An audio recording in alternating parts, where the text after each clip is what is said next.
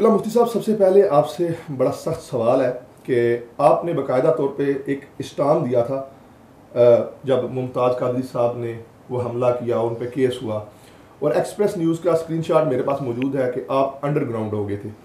अगर आप कहते हैं कि मुमताज़ कादरी साहब ने उम्मत पे एहसान किया है, तो एक मोहसिन को सपोर्ट करने के बजाय आप हथकड़ी ऐसे हाथ में पहनते और जेल में जाके कहते हैं जनाब ये मुफ्ती हनीफ कुरैशिया और मुकम्मल सपोर्ट कर रहा है। आज आप 10 साल बाद कह रहे हैं कि वो हमारे मोहसिन है। उस वक्त आपने स्टाम लिख दिया मेरी मुमताज़ कादरी से कोई मुलाकात नहीं, इस केस में मुझे फंसाया जा रहा है, बाकायदा ये आपने अल्फाज यूज़ किए। और आपने बाकायदा तौर पर ये भी बयान आता है, ये मेरे पास कुछ सबूत नहीं है इसका, लेकिन जो सबूत है मैंने पहले बता दिए, ये एक मगालता कह लें या फिर एक अफवाह है कि आपने बाकायदा पुलिस में ये बयान दिया था मैं मुमताज़ कादरी को जानती नहीं और इस केस से मेरा कोई तल्लुक नहीं है। तो आप ये बताएं कि आपने ये क्या किया था? बिस्मिल्लाह वस्सलातु वस्सलामु अला रसूलिल्लाह। आपका शुक्रिया, आपने हमें आज अपना नाफिज़ ज़मीर अवाम के सामने पेश करने का मौका दिया। गुजारिश ये है कि बहुत सारी चीज़ें ऐसी होती हैं कि जो एक तरफ की तस्वीर लोगों को दिखाई जाती है और हकीकत को तलाश नहीं किया जाता। गाज़ी मलक मुमताज़ हुसैन कादरी साहब शहीद रहमतुल्लाह ताला अलैह। अब हालात ये हो गए हैं कि मैंने गुज़श्ता पॉडकास्ट में मैंने कहा मुमताज़ कादरी साहब, तो इस पर भी हमारे जो आपके जेलम के ममदू हैं उन्होंने टोंट किया। उन्होंने कहा जी कि अब गाजी भी नहीं कहा और शहीद भी नहीं कहा, अपने दावे से मुकर गए। यार किस कदर जलील किस्म के लोग इस माशरे में आ गए। यहाँ से आप अंदाज़ा लगा सकते हैं कि भाई आप बहुत सारी दफ़ा सहाबा कराम रिदवानुल्लाह अलैहिम अजमईन का नाम लेते हुए जस्ट नाम लेते हैं। अली पाक ने फरमाया, रदी अल्लाह नहीं कहते तो बंदा ये कहते जी किसने रदी अल्लाह कहना छोड़ दिए। ये किस कदर एक जहालत है। अच्छा, तो इसी तरह से गाजी मलक मुमताज़ हुसैन कादरी साहब के वाले से मैं थोड़ा सा चाहूँगा कि ये अच्छा है आपने ये सवाल पूछा है। और हमारी जो लास्ट पॉडकास्ट हुई थी भट्टी साहब के साथ, इरशाद भट्टी साहब के साथ, उन्होंने भी मुझसे क्वेश्चन नहीं किया था, लेकिन बाद में उन्होंने स्टाम लगा दिया था। इससे भी काफ़ी कन्फ्यूजन अवाम में आई। बुनियादी तौर पर मैं सबके सामने इस चीज़ को वाज़े करता चलूँ कि गाजी मलक मुमताज़ हुसैन कादरी शहीद रहमतुल्लाह ताला अलैह वो मेरे जुम्मे के नमाजी थे, या वैसे भी पढ़ते होंगे नमाजें, लेकिन वो मेरे खिताबात सुना करते थे। ये मुझे कैसे पता चला? ये जब वो जेल में गए तो उन्होंने जो मुझे ख़त लिखे उनके ज़रिए से उन्होंने ये इंकशाफ किया कि मैं एक अरसे से आपके पीछे जुम्मे की नमाजें अदा करता रहा हूँ। ठीक है।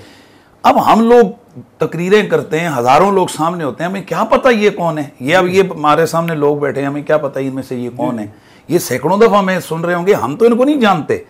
बाज़ों का चेहरे से जानते भी हैं, नाम का पता नहीं होता। इसी तरह से मलक मुमताज़ हुसैन कादरी साहब ने जब तक ये एक्ट नहीं किया था, मैं उनको इस हवाले से नहीं जानता था कि ये गाजी मलक मुमताज़ कादरी है, ये पुलिस में होता है, ये क्या है। ना ही हमारी उनसे कभी अलादगी में मुलाकात हुई। चूंकि जिस वक्त गाजी साहब ने ये एक्ट किया उस वक्त हमारे पास ये सारा इसके बाद मैं आपको प्रूफ दे दूंगा।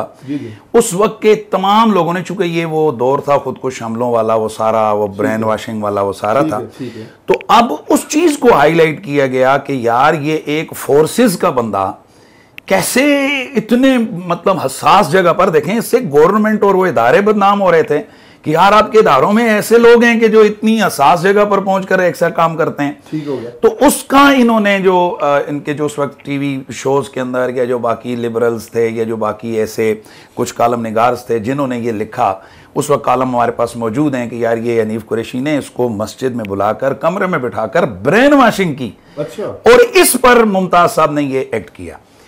अब इसी पर हमें 109 के तहत इस केस में शामिल किया गया, ये इल्ज़ाम लगाकर कि हमने मुमताज़ हुसैन कादरी साहब को कमरे में बुलाकर उनकी ब्रेन वॉशिंग करके हमने उनको तैयार करके ये हमला करवाया है। अच्छा अच्छा अच्छा। इस पर हमें जब ज़ाहिर शामिल किया गया तो इब्तिदाई तौर पर चूंकि ये पिक्चर सामने नहीं आ रही थी, वो खामखास उठा रहे थे। जैसे होता है हमारे यहाँ के एक वाक़े होते हैं तो सैकड़ों लोग उठाए जाते हैं। ठीक है। तो हमें खामखा क्या जरूरत थी कि हम जनाब गवर्नमेंट के आगे हथे चढ़ते।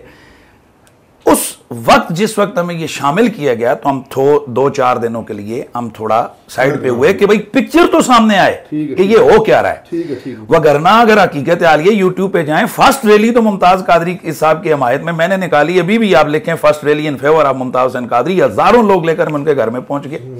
उसके बाद ये पूरे 5 साल जितना केस रहा वो हम लोग सारा करते रहे।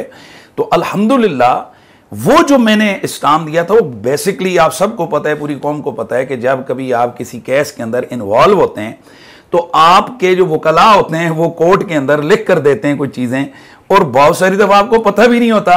वो कहते हैं इधर साइन करो, इधर साइन करो। तो भाई जितने लोग भी केसों में अदालतों में गए हुए उन सबको पता है कि भाई वकला 50 जगह साइन करवाते हैं, आप इस्टाम अंगूठे भी लगाते हैं। और इसी तरह से वो एक जस्ट कानूनी प्रोसेस था, उसको उन्होंने किया कि जी, जिसमें उन्होंने लिखा था कि जी, और वही चीज़ थी, हकीकत थी कि भाई मैं इनको नहीं जानता, बिल्कुल मैं नहीं जानता था। वहां लिखा हुआ था जी मैंने इनको ये जनाब कोई इनके साथ बैठकर मैंने प्लान नहीं बनाया, बिल्कुल ऐसा है, मैंने नहीं बनाया।